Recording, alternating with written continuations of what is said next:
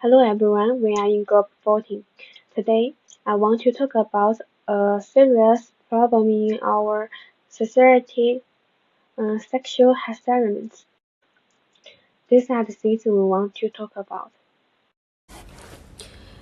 Even with new laws and more people knowing about this issue, it still happens a lot in Malaysia. In 2023, there were 5 total reported cases. In 2024, this number went up to 788. This shows two things. More people are brave enough to report it, but the problem itself is still very huge. Around the world, studies also show this is a big issue. For example, in Europe, 43% of female university students said they experienced sexual harassment. This tells us it's not just a few bad people doing bad things. It is a societal and septic problem in our society.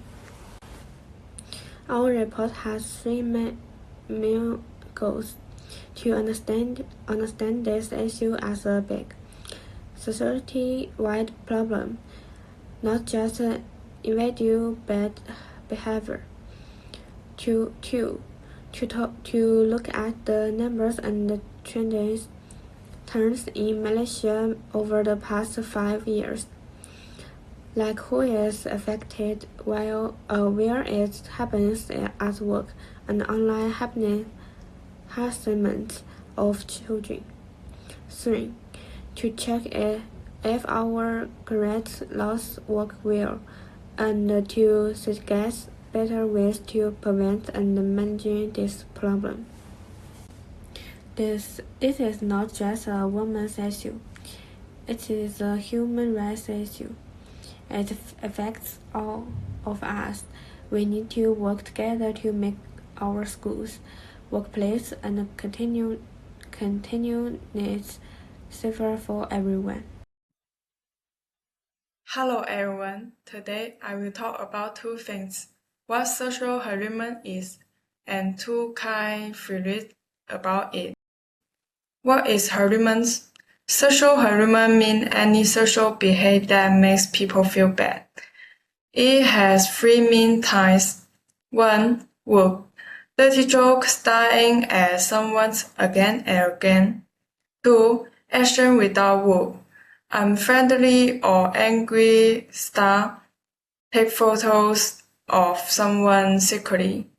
3. Touching. Touching someone when it is not needed. Social harassment should be defined based on the impact it causes. Marking believe that social harassment is a form of gender discrimination. Marking believe that social harassment is a form of gender discrimination. 2. First kind theories. Social harassment is not just a person's bad behaviors, it is also a problem from a dominated societies. In many workplaces, more leaders are men. They have more of the power, so when people get hurt by harassment, they may not dare to speak out. They are afraid of losing their job or being punished. This tells us social harassment shows that men and women are not true equally in our societies. The second kind series, organizational and social psychologists will about organizationals if there are not rules to true social harassment is more likely to happen. About social psychologists, harassment comes from wrong person's idea and unhealthy environments. If someone does bad things and is not punished, it will keep happening again.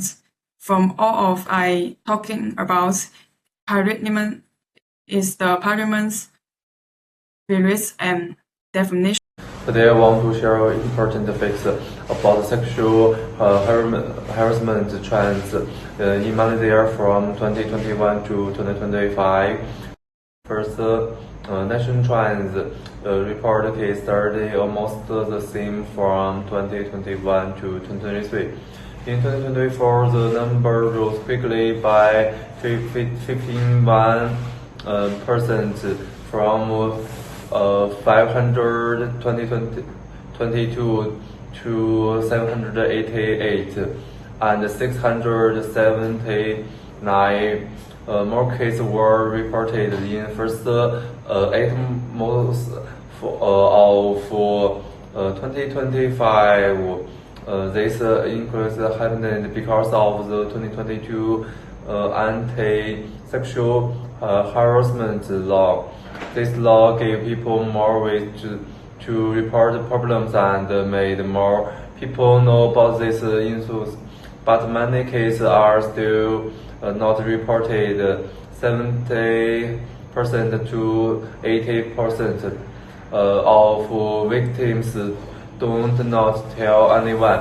Second, garden and children safety. About 90% of victims are girl and women, but boy and men victims are getting more care now, near 28% in some cases. In 5 years, 5,727 online sexual harassment cases hurt children and teenagers. Crimes against children went up by 55 and 7% from 2020 to 2025. This shows big dangers on the internet and social media. Finally, law and workplace problems. The 2022 law made clear rules to protect people. The anti-sexy harassment crew solely were 41 and 54 reports by September 2025, but the law is not always followed well, and many people feel too sure or afraid to speak up in workplace. 325 harassment cases were delays with from 2023 to 2025.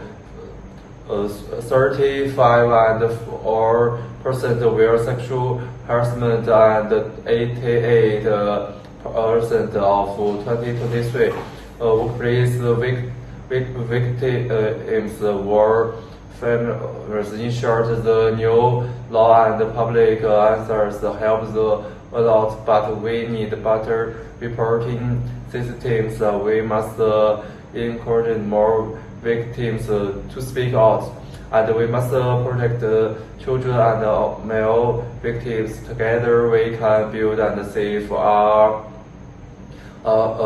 favorite society.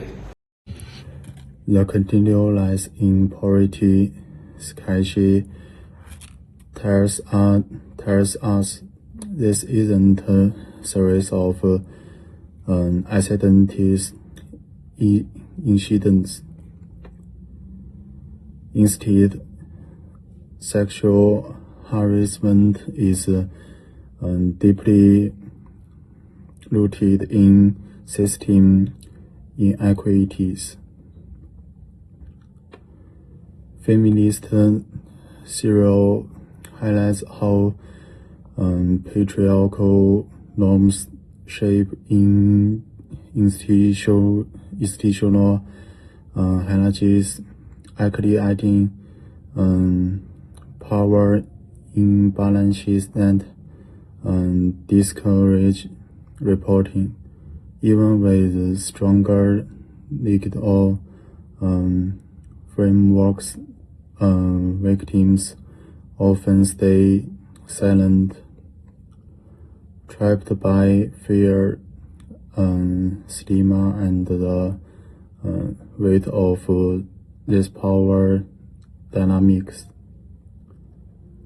This means we can't fix harassment by only focusing on individual perpetrators.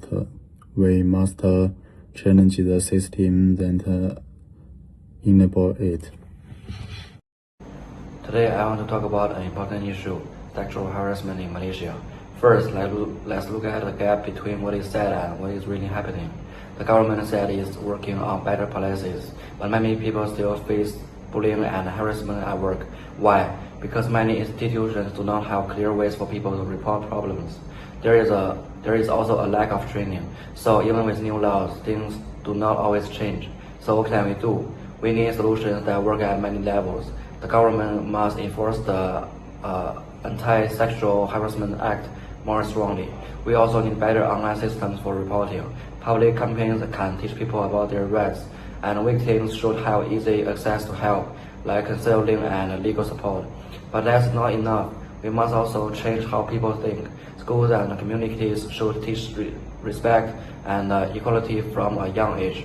Finally, let's think about the bigger picture. Sexual harassment is not just about bad behavior. It shows that there are deep problems in our society. More people are reporting now, which is a good sign. It means they are more aware, but it also shows that many people are still not safe. To really solve this, we need everyone to work together, government, institutions, and communities.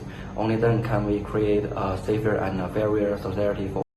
We wrap up our discussion today. Sexual harassment is still a very serious problem in Malaysia. In 2024, 788 cases were reported to the authorities. This number tells us two things. First, more people are brave enough to speak up and report what happened to them, so public awareness is growing. Second, it also shows that our systems and structures still have big, ongoing problems to fix. Changing our laws is a really important first step, but if we want real, lasting change, we need more than just new rules. We need strong, consistent law enforcement so these laws actually work. We need organizations and leaders to take real responsibility for keeping people safe. And most of all, we need to slowly but surely change how our society thinks about gender and powers, that no one ever feels unsafe or disrespected again. At the end of the day, stopping sexual harassment is not just the job of lawmakers or police.